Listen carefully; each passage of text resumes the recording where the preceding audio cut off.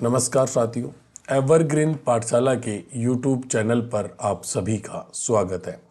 Indian geography में हम भारत के भौतिक प्रदेश पढ़ रहे थे। आप सभी को पता है, याद होगा, पिछली क्लासें आपने देखी होंगी। हमने हिमालय पर्वतीय प्रदेश पढ़ लिया और इसके साथ साथ हमने उत्तरी मैदानी प्रदेश भी पूरा पढ़ लिया है। पिछली जो हमारी जो क्लास थी उसमें हमने प्रायद्वीपीय पठारी प्रदेश शुरू कर दिया था। प्रायद्वीपीय पठारी प्रदेश की जो हमारी पिछली क्लास हुई थी उसमें हमने देखा था कि प्रायद्वीपीय पठारी प्रदेश का सामान्य परिचय क्या है और अरावली पर्वतमाला के बारे में जानकारी ली थी। इंपॉर्टेंट बात क्या है, क्लासेज पूरी देखें। पूरी देखने से चीज़ें क्लास में ही याद होने लग जाती हैं। कैसे?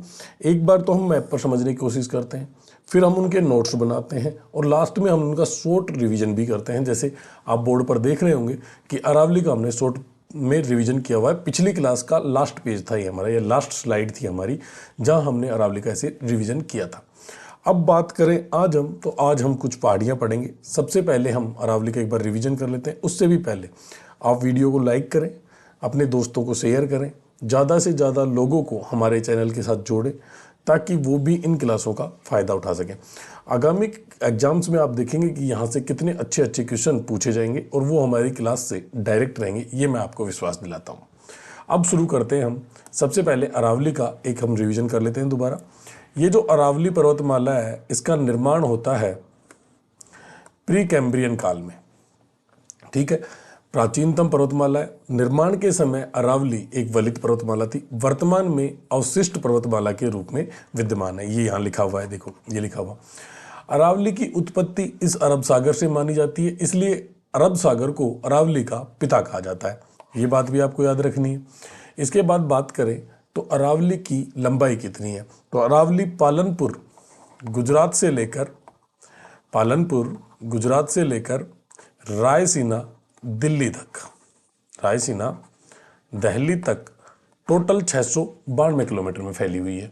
ठीक है, इसके बाद बात करें सर्वाधिक विस्तार, तो सर्वाधिक विस्तार राजस्थान में है। कितना है? 550 किलोमीटर है। सबसे ऊंचा शिखर गुरु शिखर, माउंट आबू, राजस्थान।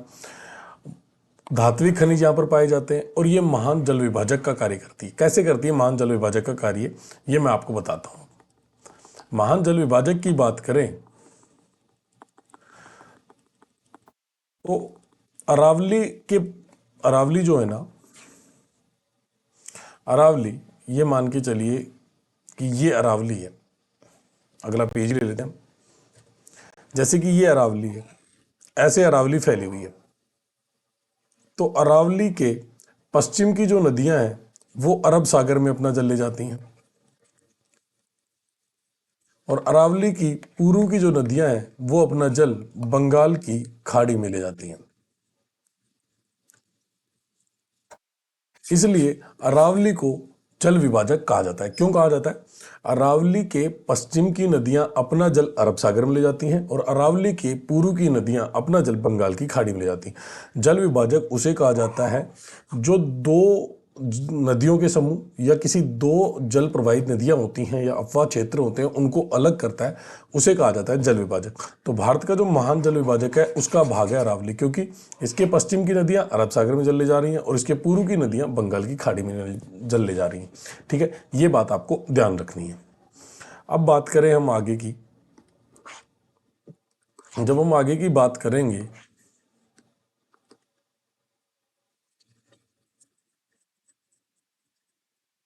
अब हम शुरू करेंगे आज नई पहाड़ी एक। आज हम पढ़ेंगे 3 से 4 पहाड़ी। उम्मीद करता हूँ सारी चीज़ें आपको क्लियरली समझ आ रही हैं। यदि कोई बात आपके समझ नहीं आ रही है तो आप मुझे कमेंट बॉक्स में बता सकते हैं, हम उस चीज़ पर दोबारा डिस्कशन कर लेंगे। ठीक है, लेकिन बताना ज़रूरी है। जब तक आप मुझे कमेंट बॉक्स में उन चीज़ों के बारे में नहीं बताएंगे हम उन चीज़ों के बारे में डिस्कस नहीं कर पाएंगे। सबसे इम्पोर्टेंट क्या है, हमने पहली पहाड़ी पढ़ ली जिसमें हमने पढ़ा अरावली। आज जो पहाड़ी हम पढ़ेंगे उसका नाम है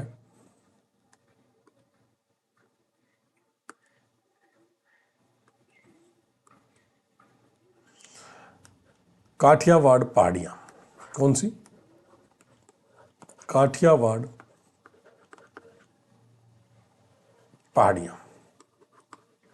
ज़्यादा इम्पोर्टेंट नहीं है, फिर भी सभी पहाड़ियाँ हम पढ़ रहे हैं तो काठियावाड़ पहाड़ियों को भी हम पढ़ लेते हैं। इम्पोर्टेंट क्या है, जो काठियावाड़ पहाड़ियाँ हैं ना, ये गुजरात में है। गुजरात में ये पहाड़ियाँ ऐसे हैं,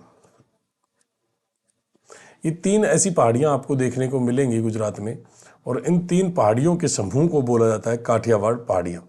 ये मान लीजिए मैंने 3 समूह बना दिए।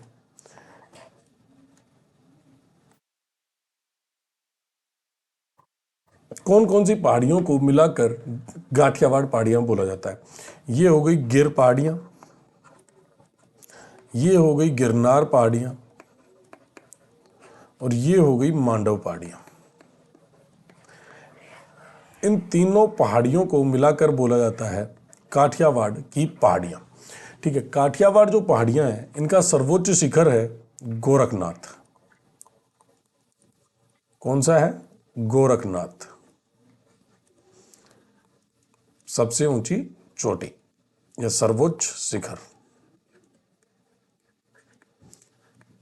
हमने एक नाम सुना है गिर राष्ट्रीय उद्यान। गिर राष्ट्रीय उद्यान, ये जो गिर राष्ट्रीय उद्यान है ये इसी जगह है काठियावाड़ की पहाड़ियों में। और गिर राष्ट्रीय उद्यान किसके लिए फेमस है? तो ये एशियाई शेरों के लिए प्रसिद्ध है। एशियाई शेरों के लिए प्रसिद्ध, और यहीं पर पाए जाते हैं जैन तीर्थ स्थल। ये मैंने 3 पहाड़ियां बनाई, गिर की पहाड़ी, गिरनार पहाड़ियां और मांडव पहाड़ियां। ये तीनों पहाड़ियां सम्मिलित रूप से काठियावाड़ पहाड़ियां कहलाती हैं। इस काठियावाड़ पहाड़ियों का जो सर्वोच्च शिखर है उसका नाम है गोरखनाथ, या उस चोटी का नाम है गोरखनाथ। ठीक है, इसमें गिर राष्ट्रीय उद्यान काठियावाड़ पहाड़ियों में स्थित है जो कि एशियाई शेरों के लिए प्रसिद्ध है। ठीक है, जैन तीर्थ स्थल भी इन पहाड़ियों में पाए जाते हैं। ये थी पूरी की पूरी काठियावाड़ पहाड़ियाँ। ज़्यादा इंपॉर्टेंट नहीं है, लेकिन फिर भी हम सभी पहाड़ियाँ पढ़ रहे हैं तो इसको भी हमने पढ़ लिया है। अब इसके हम नोट्स बना लेते हैं, लिखना शुरू करें।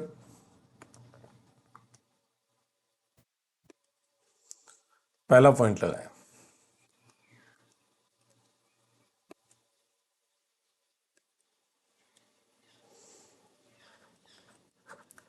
काठियावाड़ पहाड़ियों में,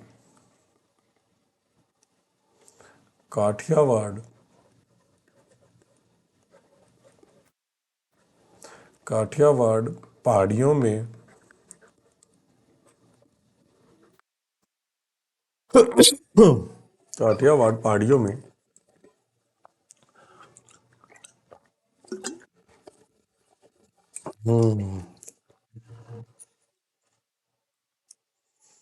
काठियावाड़ पहाड़ियों में गिर, गिरनार, गिर, गिरनार व काठियावाड़ पहाड़ियों में गिर, गिरनार व मांडव पहाड़ियाँ सम्मिलित हैं। वह मांडव पहाड़ियाँ सम्मिलित हैं। काठियावाड़ पहाड़ियों में गिर, गिरनार व मांडव पहाड़ियाँ शामिल हैं या सम्मिलित हैं, या आप लिख सकते हो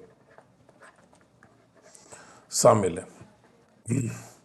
दूसरा पॉइंट लिखेंगे, इसका इसका सर्वोच्च शिखर या इसका सर्वोच्च शिखर, इसका सर्वोच्च शिखर, इसका सर्वोच्च शिखर गोरखनाथ है।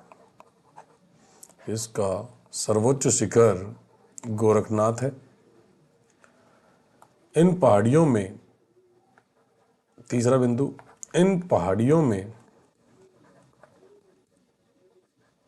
इन पहाड़ियों में गिर राष्ट्रीय उद्यान, इन पहाड़ियों में गिर राष्ट्रीय उद्यान है जो एशियाई शेरों के लिए प्रसिद्ध है, जो एशियाई शेरों के लिए प्रसिद्ध है। इन पहाड़ियों में गिर राष्ट्रीय उद्यान है जो एशियाई शेरों के लिए प्रसिद्ध है।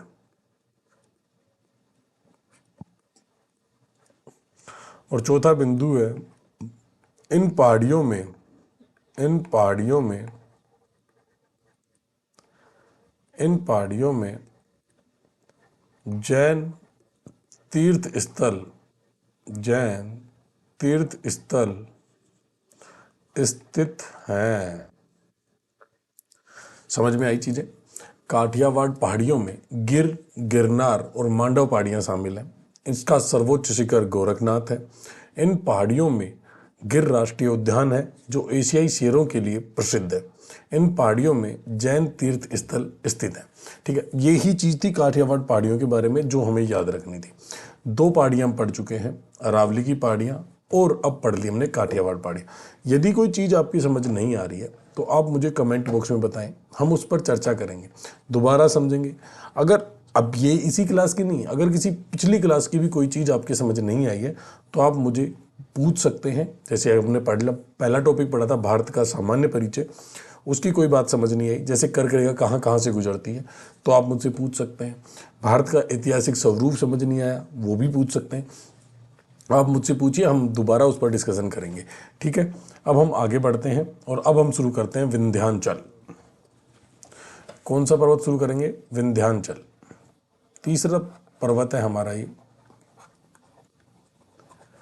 विंध्याचल पर्वत।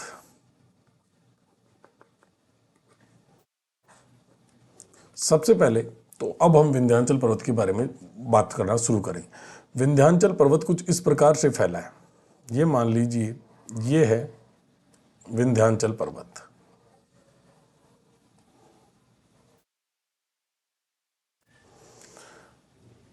यहां से शुरू होकर यहां पर ये खत्म हो रहा है और इसकी लंबाई है विंध्याचल पर्वत की 1050 किलोमीटर।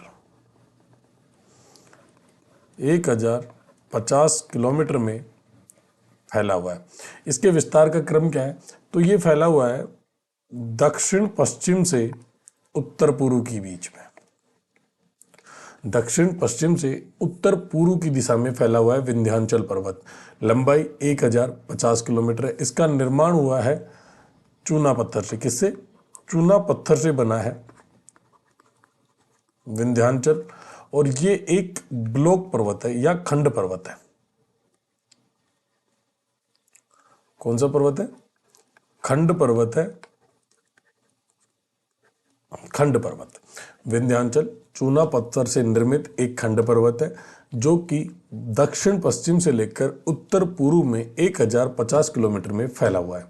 ठीक है, अगर बात करें हम तो ये जो विंध्याचल पर्वत है ये नर्मदा नदी घाटी के उत्तर में स्थित है। नर्मदा नदी घाटी या नर्मदा भ्रंश घाटी जो है उसके उत्तर में।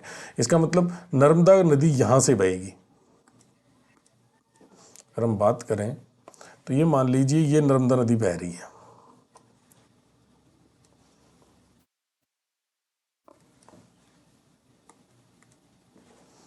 मान लीजिए ये नर्मदा नदी बह रही है, तो नर्मदा नदी के उत्तर में स्थित है विंध्याचल पर्वत।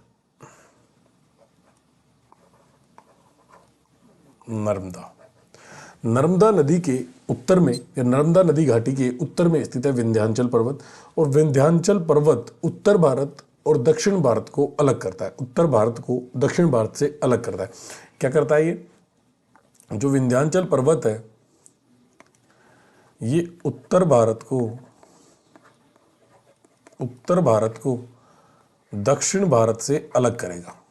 उत्तर भारत को दक्षिण भारत से अलग करेगा। इसके साथ साथ एक चीज और देखें। अब आप चीजों को यहीं याद करने की कोशिश किया करें। आप जब चीजें आप यहीं याद करेंगे ना तो आसानी से याद आ जाएगी।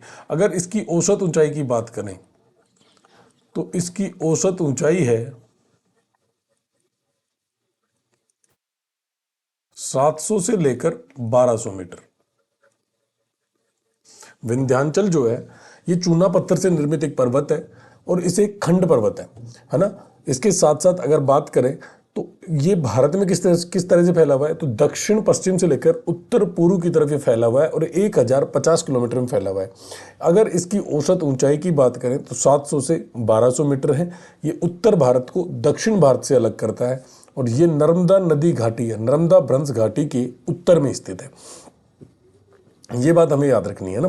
तीन चीज़ें देख ली हमने कि अब इसके बाद हम बात करते हैं इसकी सबसे ऊंची चोटी कौन सी है। तो अगर हम इसकी सबसे ऊंची चोटी की बात करें तो इसकी सर्वोच्च चोटी है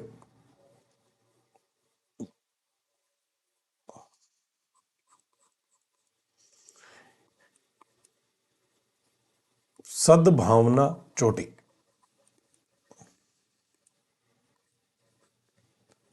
सद्भावना चोटी, goodwill peak. Goodwill peak Vindhyachal की सबसे ऊंची चोटी है। ठीक है, कितनी चीजें हमने यहां पर पढ़ी। हमने पढ़ी कि विंध्याचल पर्वत चूना पत्थर से निर्मित एक खंड पर्वत है। इसकी जो विस्तार की बात करें तो दक्षिण पश्चिम से लेकर उत्तर पूर्व तक 1050 किलोमीटर में ये फैला हुआ है। नर्मदा नदी घाटी या नर्मदा भ्रंश घाटी के उत्तर में स्थित है। ये बात हमने देखी। उसके बाद हमने देखा कि ये उत्तर भारत को दक्षिण भारत से अलग करता है। औसत ऊंचाई 700 से 1200 मीटर है और इसकी सबसे ऊंची चोटी है गुडविल पीक। अब इसमें कुछ पहाड़ियां हैं स्थानीय, जिनके स्थानीय कुछ नाम है वो देखते हैं। इसे कौन कौन सी पहाड़ियां इस विंध्याचल में शामिल है, तो उन पहाड़ियों के नाम इस साइड में मैं आपको लिख देता हूं। अगर बात करें तो यहां लिख देते हैं विंध्याचल, वो तो बोला ही जाता है। ठीक है,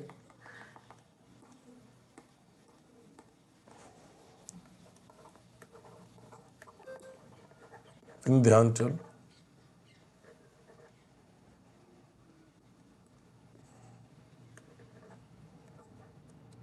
भारनेर,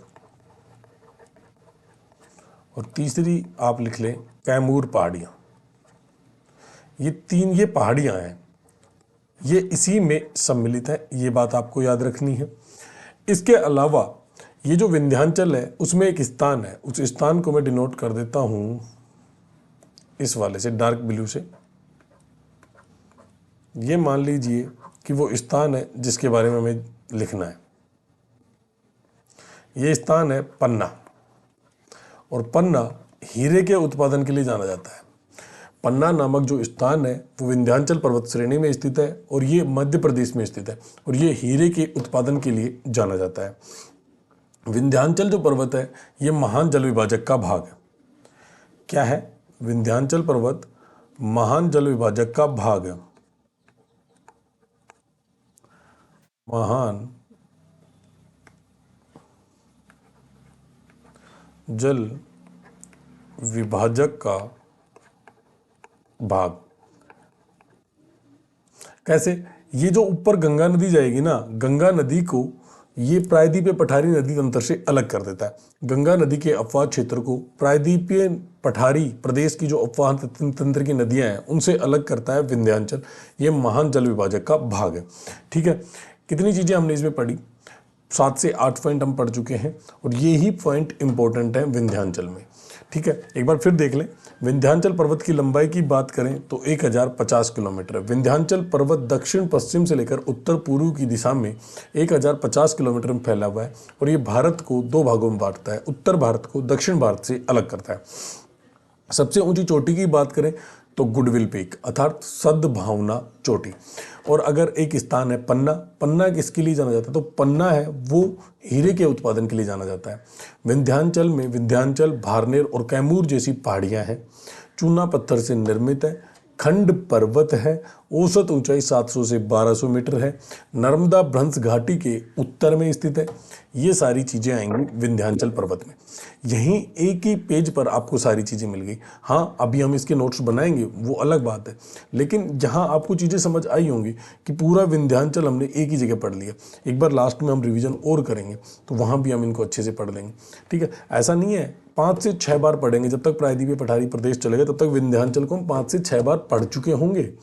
इसलिए इंपॉर्टेंट है कि आप क्लासों को पूरा देखें, सभी क्लासें देखें, काम 1 बाय 1 देखें। ऐसा नहीं है कि पहली क्लास देखी फिर सीधी 20वीं देख रहे हैं, नहीं, 1 to 1, 1 number, 2 number, 3 number, 4 number, 5 number, 6 number, क्योंकि एक क्लास दूसरी क्लास से लिंक है। जैसे मैं ये क्लास पढ़ा रहा हूँ तो ये पिछली क्लास से लिंक है, क्योंकि अगर मैं सीधा विंध्याचल पढ़ा रहा हूँ तो आपको पता ही नहीं चलेगा कि प्रायद्वीपीय पठारी प्रदेश क्या है। तो प्रायद्वीपीय पठारी प्रदेश की क्लास लेना पहले जरूरी है, उसके बाद आपको विंध्याचल की क्लास लेनी है। ठीक है, ये बात जरूरी है। अब बात करते हैं हम आगे पहले इसके नोट्स लिख लें, फिर हम पढ़ेंगे सतपुड़ा श्रेणी। ठीक है, ये ही था विंध्याचल पर्वत श्रेणी में, इससे ज़्यादा विंध्याचल के बारे में हमें नहीं पढ़ना है।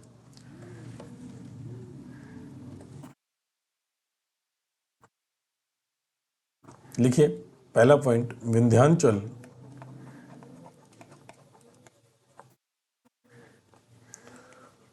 विंध्याचल चूना पर पत्थर से निर्मित, विंध्याचल चूना पत्थर से निर्मित, विंध्याचल चूना पत्थर से निर्मित एक खंड पर्वत है, एक खंड पर्वत है। विंध्याचल चूना पत्थर से निर्मित एक खंड पर्वत है। इसके बाद अगला बिंदु लिखेंगे,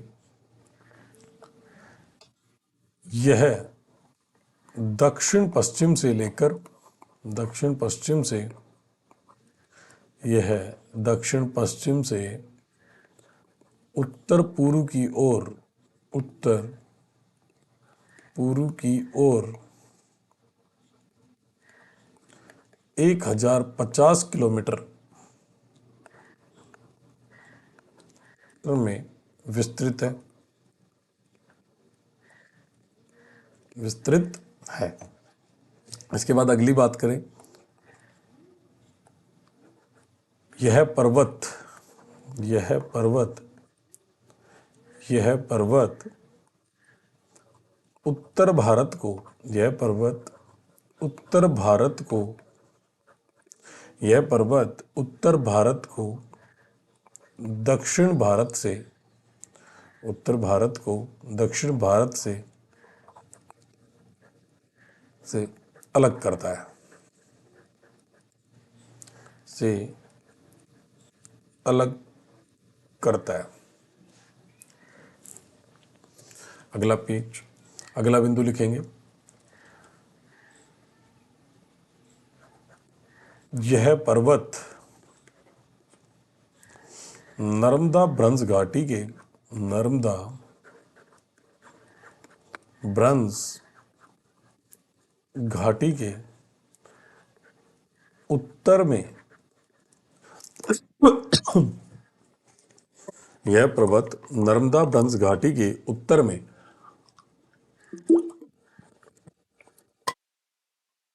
यह पर्वत नर्मदा ब्रंज घाटी के उत्तर में स्थित है,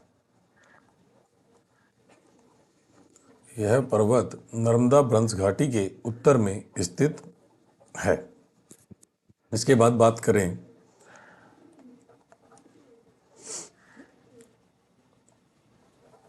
इसकी औसत ऊंचाई, इसकी औसत, इसकी औसत ऊंचाई, इसकी औसत ऊंचाई 700 से 1200 मीटर है, इसकी औसत ऊंचाई 700 से 1200 मीटर है।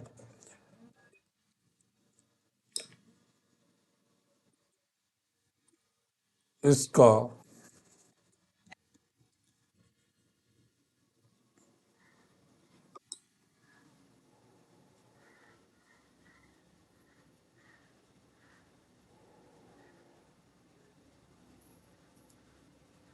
एक मिनट,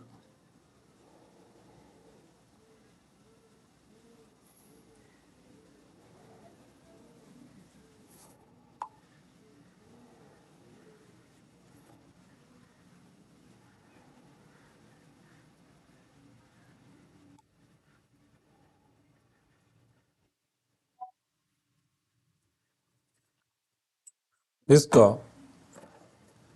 इसकी सबसे ऊंची चोटी, इसकी सबसे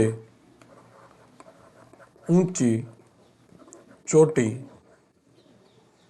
सद्भावना चोटी है, सद्भावना, सद्भावना,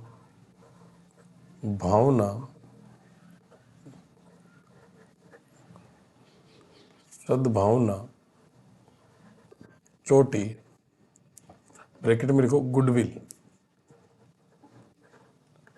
गुडविल पीक।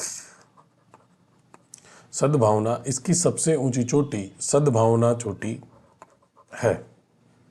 ठीक है, आगे बात करें, इसमें विंध्याचल,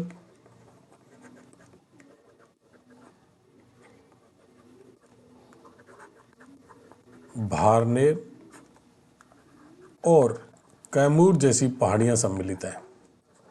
इसमें विंध्याचल, भारनेर और कैमूर जैसी पहाड़ियां शामिल हैं।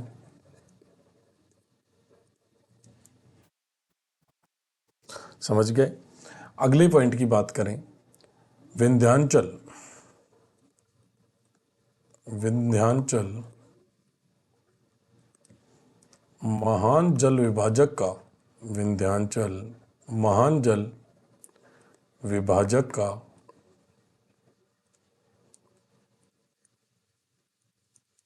भाग है, क्योंकि ये गंगा नदी तंत्र को क्योंकि ये गंगा नदी तंत्र को क्योंकि ये गंगा नदी तंत्र को प्रायद्वीपीय नदी तंत्र से अलग करता है।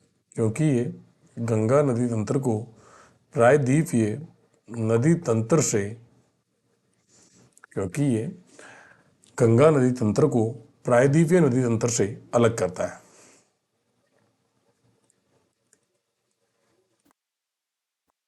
अलग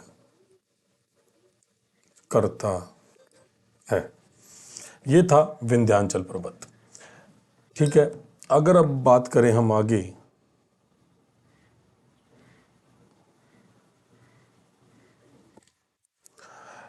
एक बिंदु और लिखिए,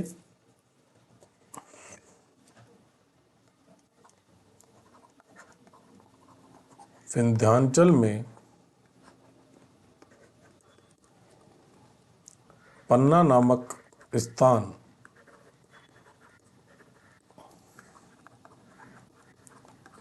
हीरे उत्पादन के लिए जाना जाता है। हीरे के उत्पादन के लिए जाना जाता है। विंध्याचल में पन्ना नामक स्थान हीरे के उत्पादन के लिए जाना जाता है।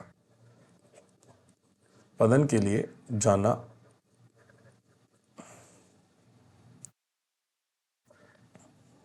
उत्पादन नहीं, उत्पादन जगह लिखा हुआ भंडारण के स्थान हीरे के भंडारण के लिए हीरे के भंडारण के लिए जाना जाता है, जाना जाता है।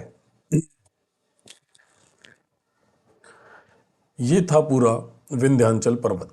आज जो क्लास हुई उसमें हमने काठियावाड़ पहाड़ियाँ पढ़ चुके हैं और अब हम विंध्याचल पढ़ चुके हैं। अब आगे पढ़ेंगे हम सतपुड़ा रेंज। तो एक बार या तो अभी हम विंध्याचल का रिवीजन कर लें या फिर एंड में हम रिवीजन कर लें। तो मुझे लगता है कि लास्ट में हम दोनों पर्वत श्रेणियों का एक साथ ही रिवीजन कर लेंगे और दोनों को एक जगह ही बना लेंगे। तो अभी हम शुरू करते हैं सतपुड़ा श्रेणी।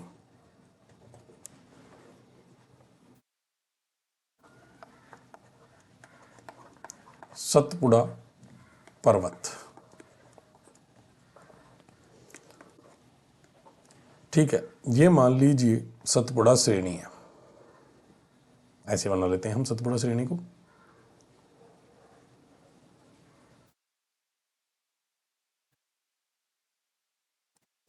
ठीक है, सतपुड़ा जो श्रेणी है ये बालू पत्थर से निर्मित है। बालू का पत्थर से निर्मित। ठीक है, बालू का पत्थर से निर्मित है और ये भी खंड पर्वत है। कौन सा है? खंड पर्वत है। इसमें कुछ पहाड़ियां पाई जाती हैं, वो आप देख लीजिए। सबसे पहले मैं एक पहाड़ी बना रहा हूं।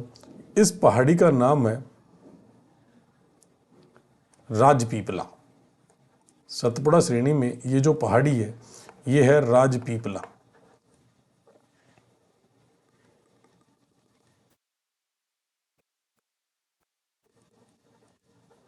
और राजपीपला जो पहाड़ी है ये पड़ती है गुजरात में। इसके बाद मध्य प्रदेश में एक पहाड़ी पड़ेगी, ये मैंने दूसरी पहाड़ी बना दी, ये है गोविलगढ़।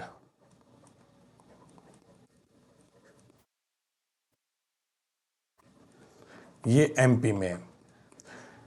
इसके बाद सबसे इंपॉर्टेंट पहाड़ी में बना रहा हूं,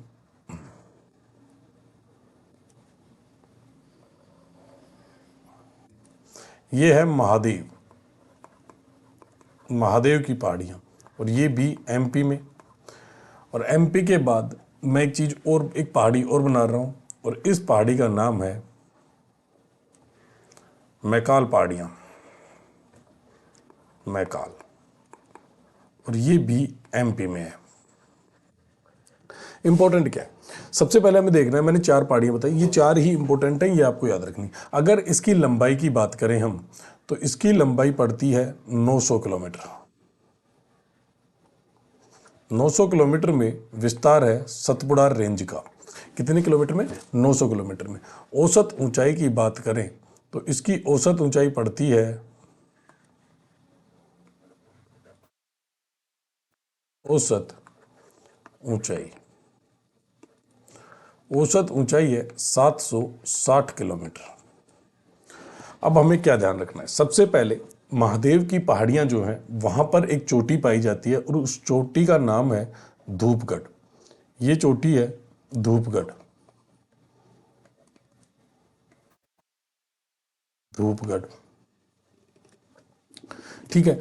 इस धूपगढ़ से, ये धूपगढ़ जो चोटी है, ये सतपुड़ा रेंज की सबसे ऊंची चोटी है, ये बात आपको याद रखनी है। दूसरा, यहीं पर एक और चोटी पाई जाती है जिसका नाम है पंचमढ़ी। उसको मैं दूसरे पेन से बना दूं, इससे बना देता हूं। ये एक दूसरी चोटी है और इसका नाम है पंचमढ़ी। ये जैव संरक्षित क्षेत्र है या जैव आरक्षित क्षेत्र है। महादेव की पहाड़ियों में इसकी सतपुड़ा रेंज की सबसे ऊंची चोटी है धूपगढ़, और एक दूसरी चोटी है पंचमढ़ी जो कि जैव आरक्षित क्षेत्र है। महादेव की पहाड़ियों में ही एक पाया जाएगा हमें पठार, और इस पठार का नाम है, ये मैंने पठार बनाया है, इस पठार का नाम है बैतुल का पठार। कौन सा पठार? बैतुल का पठार। पठार का नाम क्या है? पठार का नाम है बैतुल का पठार।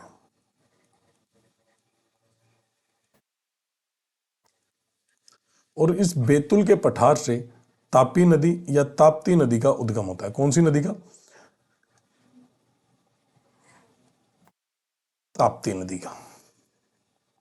तापी नदी या ताप्ती नदी, इसका उद्गम होता है बैतुल के पठार से। इसके बाद बात करें तो आगे आती है मैकाल की पहाड़ियां, और मैकाल की पहाड़ी में एक चोटी पाई जाती है जिसका नाम है,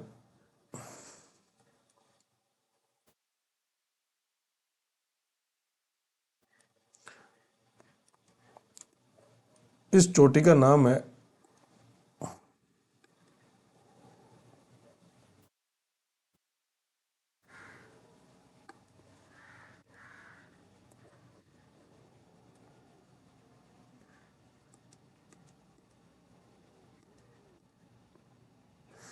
इस चोटी का नाम है अमरकंटक। कौन सी चोटी है ये? अमरकंटक। और इस चोटी से या इस अमरकंटक की जो पहाड़ी है, इससे निकलती हैं 2 नदियां। कौन कौन सी नदियां? इससे निकलती हैं, इस साइड में एक जाएगी सोन नदी, ये तो हो गई है सोन नदी, और दूसरी बहती है यहां से नर्मदा नदी।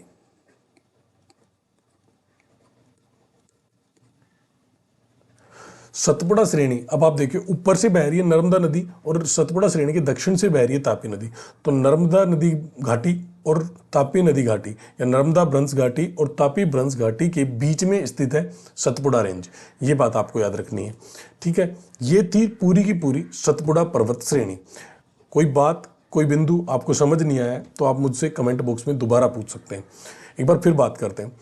सतपुड़ा जो रेंज है वो विभिन्न पहाड़ियों का समूह है। और एक बात और याद रखें, सतपुड़ा को पुराणों में, सतपुड़ा को पुराणों में, अगर हम पुराणों की बात करें तो इस सतपुड़ा को पुराणों में 7 पहाड़ियों का समूह कहा गया है। क्या कहा गया है? सतपुड़ा को पुराणों में 7 पहाड़ियों का समूह ये कहा गया है सतपुड़ा पर्वत को। सतपुड़ा जो पर्वत है इसे 7 पहाड़ियों का समूह कहा गया है पुराणों में, ये बात भी आपको याद रखनी है। सतपुड़ा रेंज किससे बना है? बालू का पत्थर से निर्मित है। कैसा पर्वत है? खंड पर्वत है। औसत ऊंचाई 760 मीटर, लंबाई 900 किलोमीटर में फैला हुआ है। राजपीपला की पहाड़ियाँ, गोविलगढ़ की पहाड़ियाँ, महादेव पहाड़ियाँ, मैकाल जैसी पहाड़ियाँ इसका भाग है। राजपीपला जो पहाड़ी है वो गुजरात में है, गोविलगढ़ मध्य प्रदेश में है, महादेव की पहाड़ियाँ मध्य प्रदेश में है, और मैकाल मैकाल जो पहाड़ियाँ हैं वो भी मध्य प्रदेश में। महादेव की पहाड़ियों की सबसे ऊंची चोटी या सतपुड़ा की सबसे ऊंची चोटी धूपगढ़ है, जो कि महादेव की पहाड़ियों में स्थित है। महादेव की पहाड़ियों में ही एक अन्य शिखर पंचमढ़ी है, जो कि जैव आरक्षित क्षेत्र है। इसके साथ साथ महादेव की पहाड़ियों में एक पठार पाया जाता है जिसे बैतुल का पठार कहते हैं, और बैतुल के पठार से तापी नदी का उद्गम होता है। इसके बाद आती है मैकाल की पहाड़ियाँ। मैकाल की पहाड़ियों में एक शिखर है जिसे बोलते हैं अमरकंटक, और अमरकंटक से नर्मदा और सोन नदी का उद्गम होता है। ये था पूरा का पूरा सतपुड़ा रेंज। अब हम इसको नोट्स बना लेते हैं।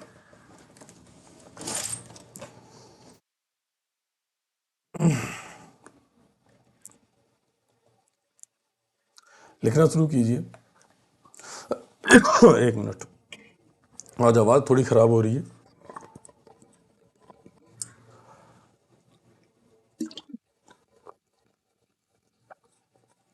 पहला लिखिए। सतपुड़ा रेंज में जब हम पहले लिखेंगे तो आप लिखना शुरू करें और लिखें सतपुड़ा पर्वत। सतपुड़ा पर्वत बालू का पत्थर से निर्मित, बालू का पत्थर से निर्मित, बालू का पत्थर से निर्मित एक खंड पर्वत है। समझ गए? दूसरे में लिखना पुराणों में सतपुड़ा को, पुराणों में सतपुड़ा को पुराणों में सतपुड़ा को 7 पहाड़ियों का, 7 पहाड़ियों का समूह कहा गया है।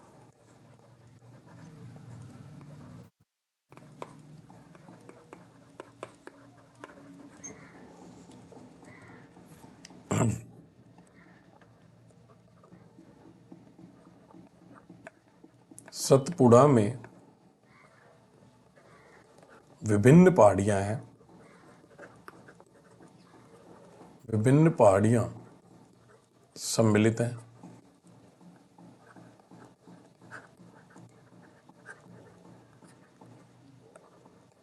जैसे राजपीपला गुजरात, जैसे राजपीपला गुजरात, गोविलगढ़ मध्य प्रदेश, महादेव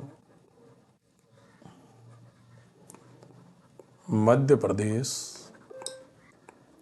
महादेव मध्य प्रदेश, और मैकाल मध्य प्रदेश, मैकाल मध्य प्रदेश। आगे लिखिए सतपुड़ा की सबसे ऊंची चोटी, सतपुड़ा की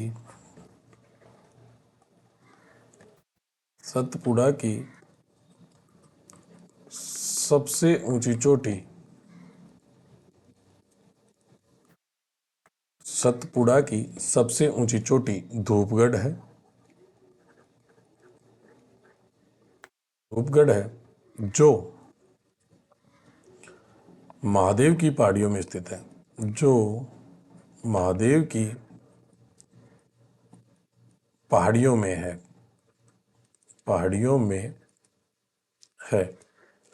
अगला बिंदु लिखेंगे एक अन्य चोटी, एक अन्य चोटी, एक अन्य चोटी पंचमढ़ी है। एक अन्य चोटी पंचमढ़ी है जो कि जैव संरक्षित क्षेत्र है, जो कि जैव संरक्षित क्षेत्र है। एक अन्य चोटी पंचमढ़ी है जो कि जैव संरक्षित क्षेत्र है। ठीक है, अब तक हमने क्या क्या पढ़ा? हमने देखा कि बालू का पत्थर से निर्मित है, खंड पर्वत है, विभिन्न पहाड़ियों से मिलकर बना है, पुराणों में 7 पहाड़ियां इन्हें समूह बताया गया। सबसे ऊंची चोटी धूपगढ़ है, अन्य चोटी पंचमढ़ी है जो कि जैव संरक्षित क्षेत्र है। महादेव की पहाड़ियों में, महादेव की पहाड़ियों में बैतुल का पठार है। महादेव की पहाड़ियों में बैतुल का पठार है जिससे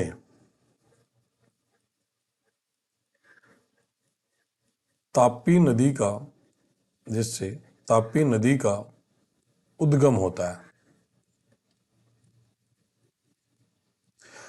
महादेव की पहाड़ियों में बैतुल का पठार है, महादेव की पहाड़ियों में बैतुल का पठार है जिससे तापी नदी का उद्गम होता है।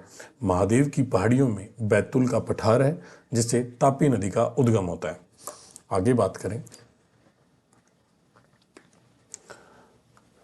लिखिए, मैकाल पहाड़ियों का, मैकाल पहाड़ियों में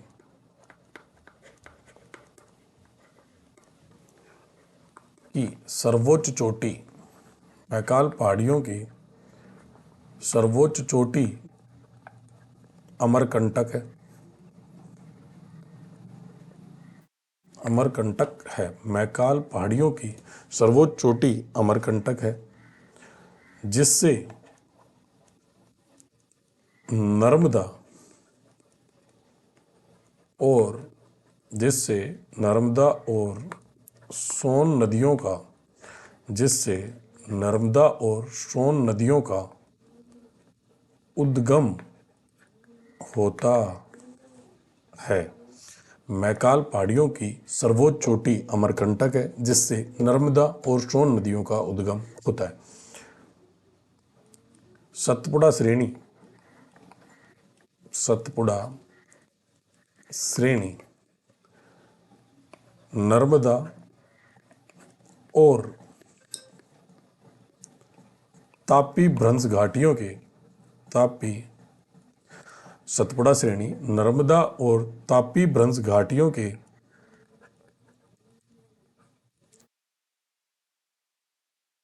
मध्य में स्थित है, के मध्य में स्थित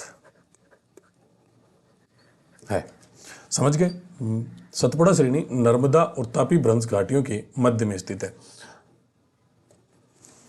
सतपुड़ा की औसत ऊंचाई,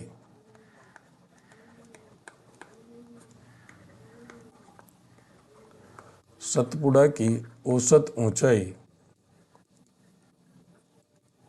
760 मीटर है। सतपुड़ा की औसत ऊंचाई 760 मीटर है।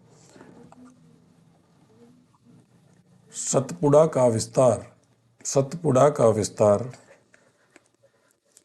सतपुड़ा का विस्तार गुजरात से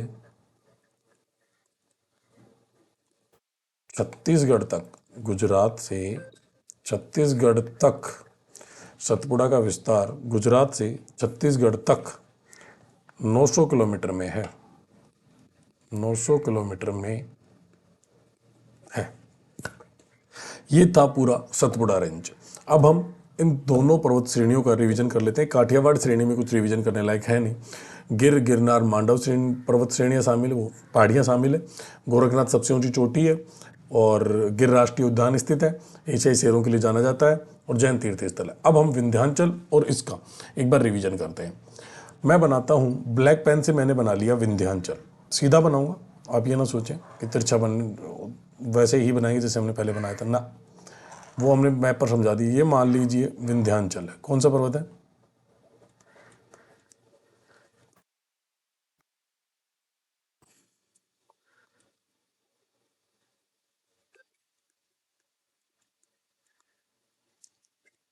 सबसे पहले हम इसके बारे में जानते हैं। विंध्याचल पर्वत चूना पत्थर से निर्मित है, खंड पर्वत है। लंबाई की बात करें तो लंबाई 1050 किलोमीटर, 1050 किलोमीटर इसकी लंबाई है। औसत ऊंचाई 700 से 1200 मीटर। इसकी सबसे ऊंची चोटी है सद्भावना चोटी। ये मैंने यहां बना दिया ना, ये है सद्भावना चोटी, सद्भावना चोटी। इसके बाद बात करें तो विंध्याचल में विंध्याचल, भारनेर और कैमूर जैसी पहाड़ियां सम्मिलित है। ये भी हमने देख लिया था। इसी में एक स्थान था पन्ना, यहाँ लिख देता हूँ पन्ना। आप समझ जाएंगे कि हीरे के भंडार के लिए जाना जाता है। ये वाला स्थान इसमें शामिल था। हमने देखा था कि नर्मदा भ्रंश घाटी के उत्तर में स्थित है, लेकिन वो अभी हम नहीं बना रहे, बाद में बनाएंगे। ये चीज़ आपको ध्यान रखनी थी।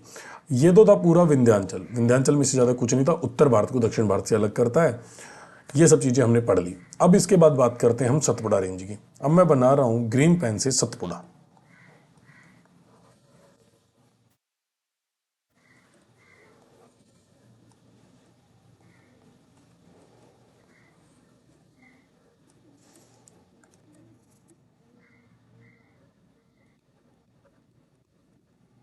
सतपुड़ा जो पर्वत था वो बालू का पत्थर से निर्मित है। इसकी लंबाई की बात करें तो ये 900 किलोमीटर है।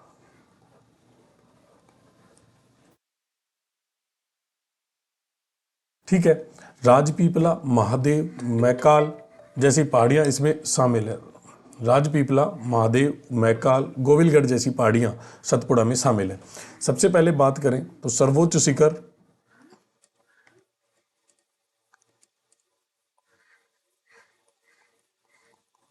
धूपगढ़, फिर दूसरी पंचमढ़ी है, वो हम यहाँ नहीं लिखेंगे। फिर हम लिखते हैं बैतुल का पठार। ये मान लीजिए बैतुल के पठार है, और यहाँ से यहाँ बना देते हैं बैतुल का पठार ताकि चीज़ें अच्छे से क्लियर हो। ये बैतुल का पठार है और यहाँ से एक नदी निकल रही है। इस नदी का नाम है तापी। और आगे एक शिखर और आएगा और उस शिखर का नाम है अमरकंटक। ये शिखर है अमरकंटक, और अमरकंटक से निकल रही है नर्मदा नदी। ये है नर्मदा नदी।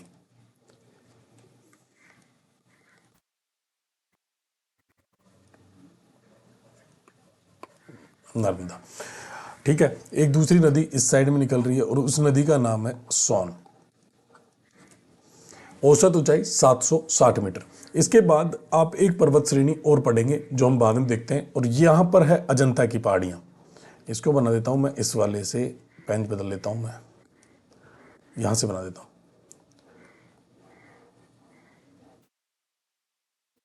ये है अजंता, अजंता की पहाड़ियां। अब इसको समझाने का मेरा मुख्य रीजन है कि अगर पूछ लिया जाए आपसे कि तापी नदी किन पर्वत श्रेणियों के बीच में बहती है, तो सतपुड़ा और अजंता की पहाड़ियां। और नर्मदा नदी किन पर्वत श्रेणियों के बीच में बहती है, तो सतपुड़ा और विंध्याचल। और ये पूछ लें कि सतपुड़ा श्रेणी कौन से नदियों के बीच में है, तो नर्मदा और तापी नदी के बीच में है।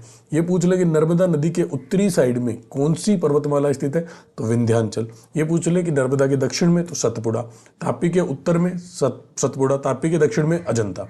तो इसलिए मैंने आपको ये सारी चीज़ें सिखाई है। ठीक है, आज की क्लास में इतना ही। यदि वीडियो पसंद आया हो तो वीडियो को लाइक और शेयर जरूर करें, चैनल को सब्सक्राइब करें। थैंक यू, धन्यवाद। फिर मिलते हैं अगली क्लास में।